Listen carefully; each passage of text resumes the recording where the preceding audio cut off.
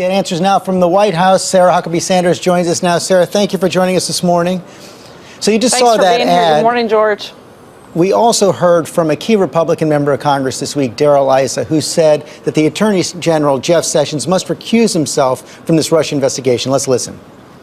You cannot have somebody, a friend of mine, Jeff Sessions, who was on the campaign and who is an appointee. You're going to need to use the special prosecutor's statute and office to take, not just to recuse, you can't just give it to your deputy, that's another political appointee. That is a senior Republican congressman. What's your response?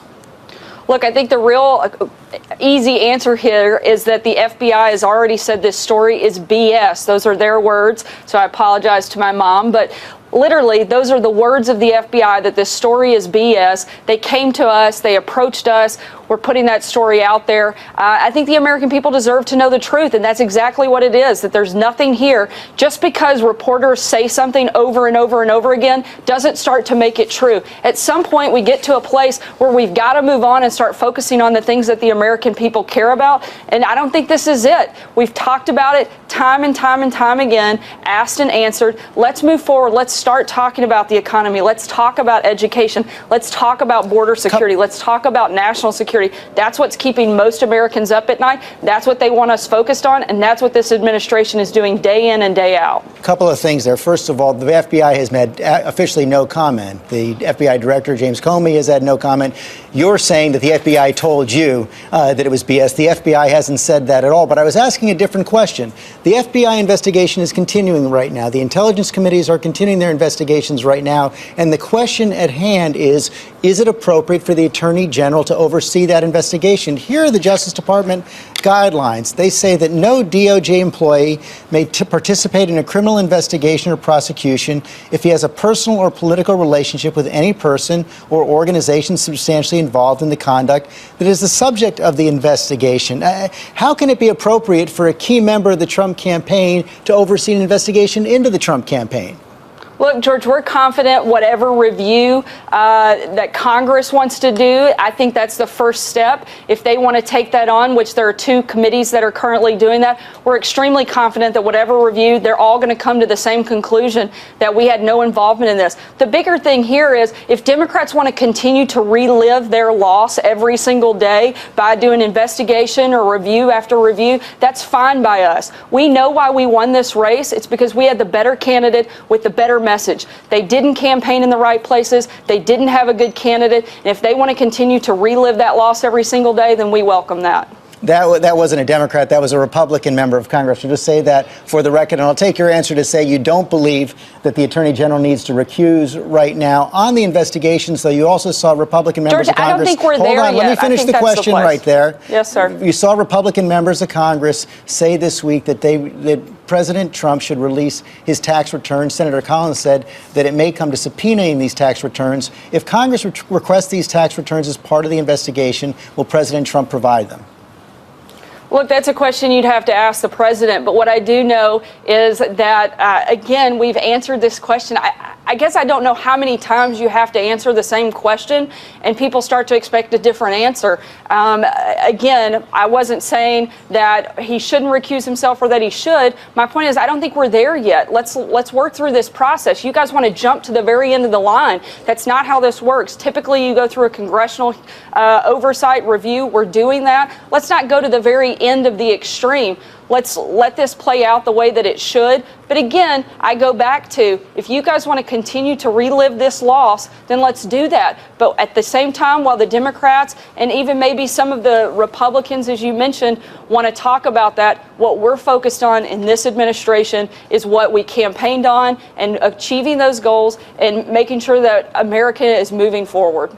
Again, I was asking about the FBI and the Justice Department investigation, not the congressional. But let's move on to the State of the Union. One of the big questions at the State of the Union coming up, I guess it's not a State of the Union, the address to Congress on Tuesday will be what to do with Obamacare in this and what the president is going to say should be done. During the campaign, he said that everyone's got to be covered. As recently as January 15th, he told the Washington Post, we're going to have insurance for everybody. But there's a brand new analysis out just today of the Republican plans about to be presented. They were presented to the governors yesterday, and it says millions may lose coverage in Obamacare repeal, governors told. Policy supported by Republican congressional leaders to replace Obamacare could lead millions of people to lose their health coverage, according to a presentation given to state governors meeting Saturday in Washington. It estimates that the number of people covered by Obamacare through the individual insurance market could be slashed by as much as 51% in states that chose not to expand Medicaid coverage, and by 30% in states that did expand the federal state health program for the poor. So can the president guarantee that no one who has coverage right now will lose it under his plan? Look, what I know that the president can promise is exactly what he's been saying, is that this isn't just a repeal program, that we absolutely have to repeal it, but replace it with something that's better. George, even Democrats will admit that Obamacare is simply not sustainable. It's collapsing under itself. It cannot maintain the track that we're on. We have to make big changes. I think both Republicans and Democrats agree with that. This was a program that was shoved through with so many problems, and we're still every day finding out new problems to this program. We know that we can't just repeal it and not do anything else. We have to repeal it, and we have to replace it with something better. That's what this president's committed to doing. Well, that's what I want to ask you about right there. You say replace it with something better. So does that mean that no one who has coverage now will lose it? I know that the goal is that we make sure that people don't lose their coverage, and that we have to put a high priority on the people that need it most. We have to lower costs, and we have to make sure that the people that need insurance the very most are covered. But at the same time, George, we cannot survive under the current system. We have to make massive overhaul to the healthcare system in America, because it's simply just not sustainable, and everybody agrees with that. There's nobody that argues that we're on a track that we can maintain. So we're looking at every possible way to do exactly that: repeal a terrible, failed system and replace it with something better. Again, so I'll just have to ask this one more time. You keep saying replace it with something better. So will the president guarantee that he will not sign a plan that will cause people who have coverage now to lose it? Look, I'm not going to speak specifically for the president on that topic, but what I can say is he's made it a high priority and a number one focus that we make sure that people that have insurance continue their insurance, particularly those in the highest need. He also promised during the campaign that he's not going to touch Medicare, Social Security, or Medicaid. Can he stand by that?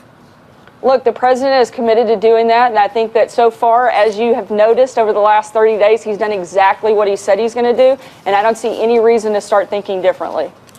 I want to bring up another topic right now. Just yesterday in the Miami Herald, the father of Ryan Owens, the Navy SEAL killed in that raid in Yemen, has spoken out about the raid. He did not want to meet with President Trump, and he also went on to say this: "Don't hide behind my son's death to prevent an investigation.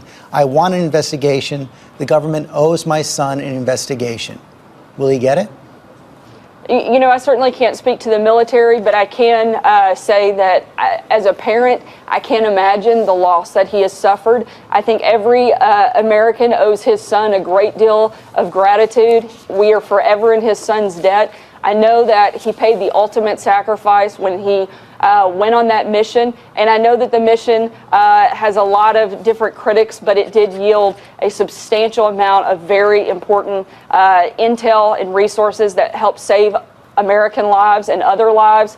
And as much as, again, I can't imagine what this father is going through, I think his son is a true American hero, and we should forever be in his son's debt. Does the president want an investigation? I haven't had the chance to speak with him directly about that, but I would imagine that he would be supportive of that. Final question. We heard yesterday in the president's tweet he's not going to go to the White House Correspondents' Dinner. Why?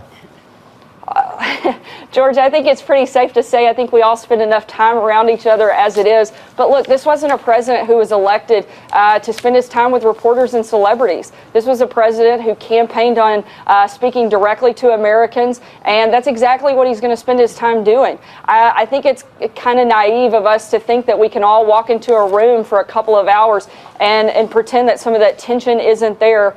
You know, one of the things we say in the South, if a Girl Scout egged your house, would you buy cookies from her? I think that this is a pretty similar scenario. There's no reason for him to go in and sit and pretend like this is going to be just another Saturday night. I think he's very focused on protecting our borders, national security, growing our economy, and instead of going and spending the night doing that, I think he'll spend the night focused on what he can do to help better America. Pretty straight answer. I think a lot would argue the eggs have gone both ways on that, but we're going to have to leave it there today. Sarah Huckabee Sanders, thanks very much.